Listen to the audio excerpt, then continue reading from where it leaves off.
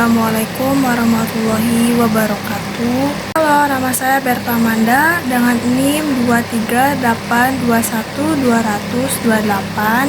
Saya dari kelas Ekonomi Syariah semester 3 dan di kelas A.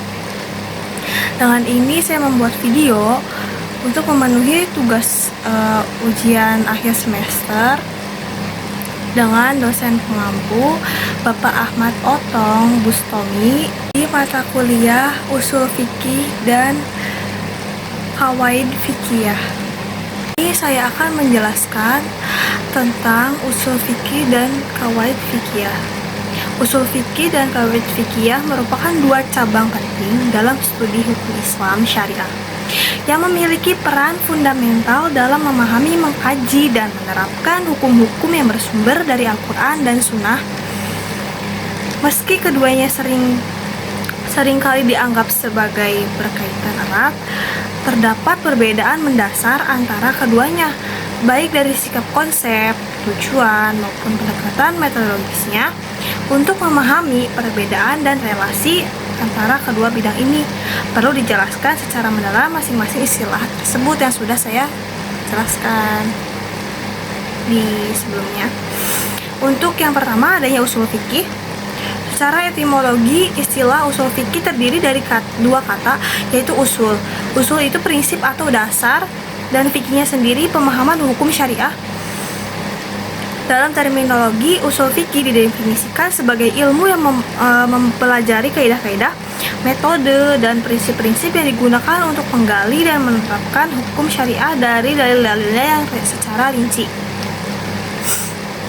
Hukum fikih menjadi instrumen penting dalam ijtihad, yaitu proses menggali hukum terdapat masalah-masalah baru yang belum secara eksplisit dijelaskan dalam teks-teks syariat. Dalam usul fikih, pembahasan utamanya berkisar pada dalil-dalil syariah. Untuk yang pertama ini, usul fikih mengkaji sumber hukum utama dalam Islam seperti Al-Quran, Sunnah, dan Ijma', konsensus ulama, dan kias dari analogi hukum.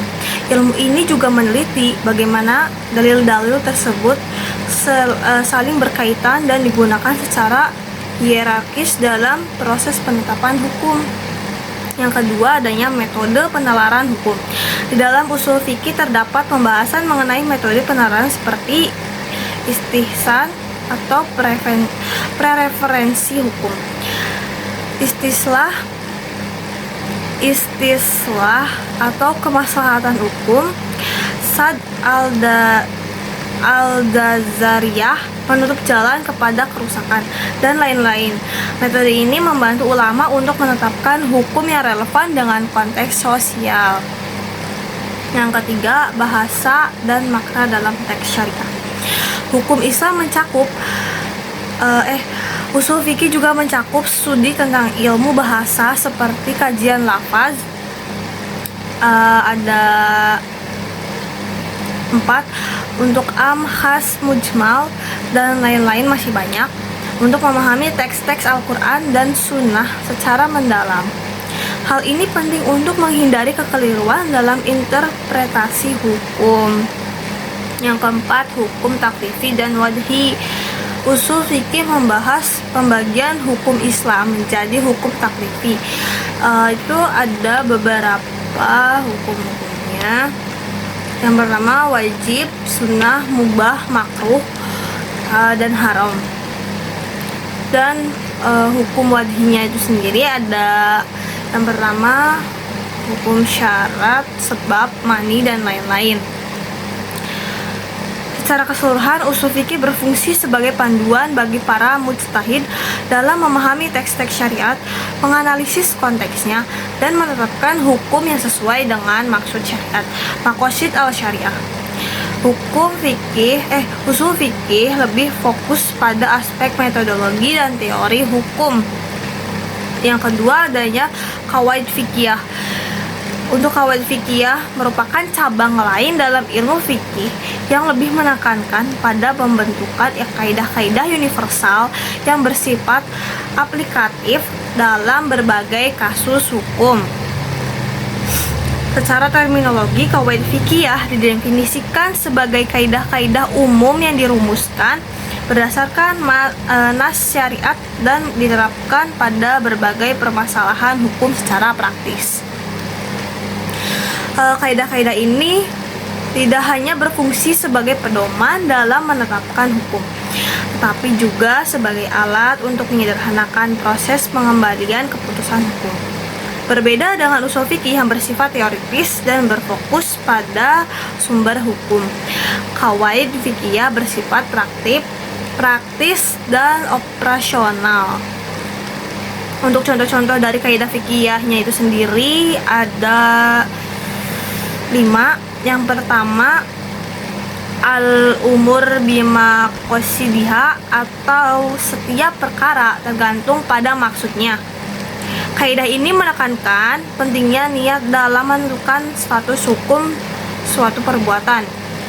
Yang kedua, al-masyaqqah tajlibu al-tasyir, atau kesulitan mendatangkan kemudahan. Kaidah ini menjelaskan bahwa Islam memberikan keringanan dalam hukum ketika terdapat kesulitan atau halangan tertentu. Yang ketiga, al-yakin la yazulu bi al-sak, atau keyakinan tidak dapat dihilangkan oleh keraguan.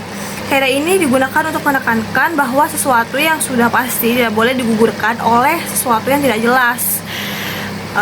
Jadi yang ketiga itu harus jelas dan tidak boleh keluar dari kaidah tersebut. Yang keempat, adanya ad-daru yuzal, kerugian harus dihilangkan. Prinsip ini menekankan pentingnya mencegah dan menghilangkan kerugian atau bahaya dalam masyarakat. Yang kelima, al-adat muhakkamah, atau kebiasaan dapat dijadikan hukum. Kaidah ini menekankan bahwa tradisi yang tidak bertentangan dengan syariat dapat menjadi dasar penetapan hukum. Adanya di sini tuh perbedaan usul fikih dan qawaid fikih. Yang pertama, ada objek kajian, terus sama sifat, tujuan, dan metode kerja. Yang pertama, objek kajian. Usul fikih membahas sumber hukum Islam dan metode penetapan hukum, sedangkan qawaid fikih fokus pada kaidah-kaidah universal yang sudah dirumuskan untuk diterapkan pada berbagai kasus hukum. Yang kedua, sifat. Usul fikih bersifat teoritis dan abstrak, sementara qawaid fikih bersifat praktis dan aplikatif. Yang ketiga, tujuan. Usul fikih bertujuan memberikan panduan dalam menggali hukum dari sumbernya, sedangkan qawaid fikih bertujuan untuk mempermudah penerapan hukum pada kasus-kasus yang beragam. Yang keempat, metode kerja. Usul fikih meneliti dalil-dalil secara rinci untuk menetapkan prinsip hukum, sedangkan qawaid fikih menggeneralisasi berbagai kasus hukum ke dalam kaidah yang universal. Selanjutnya, untuk di materi yang relasi antara usul fikih dan qawaid fikih itu meskipun berbeda, usul fikih dan qawaid fikih memiliki hubungan erat karena keduanya saling melengkapi. Usul fikih menyediakan kerangka teori yang menjadi dasar pembentukan qawaid fikih, sedangkan qawaid fikih menjadi alat praktis untuk penerapan hukum yang digali melalui usul fikih. Dengan kata lain, usul fikih adalah fondasi teoritis hukum Islam, sementara qawaid fikih adalah manifestasi praktisnya. Dan yang terakhir ada kesimpulan. Untuk usul fikih dan qawaid fikih merupakan dua disiplin penting dalam hukum Islam yang memiliki fungsi berbeda tetapi saling melengkapi. Usul fikih berperan dalam memberikan landasan metodologis untuk menggali hukum dari sumber-sumbernya, sedangkan qawaid fikih berperan dalam menyederhanakan penerapan hukum pada kasus-kasus praktis. Pemahaman mendalam terdapat kedua ilmu ini sangat penting bagi mahasiswa hukum Islam agar mampu mengkaji syariat secara komprehensif dan relevan dengan konteks zaman.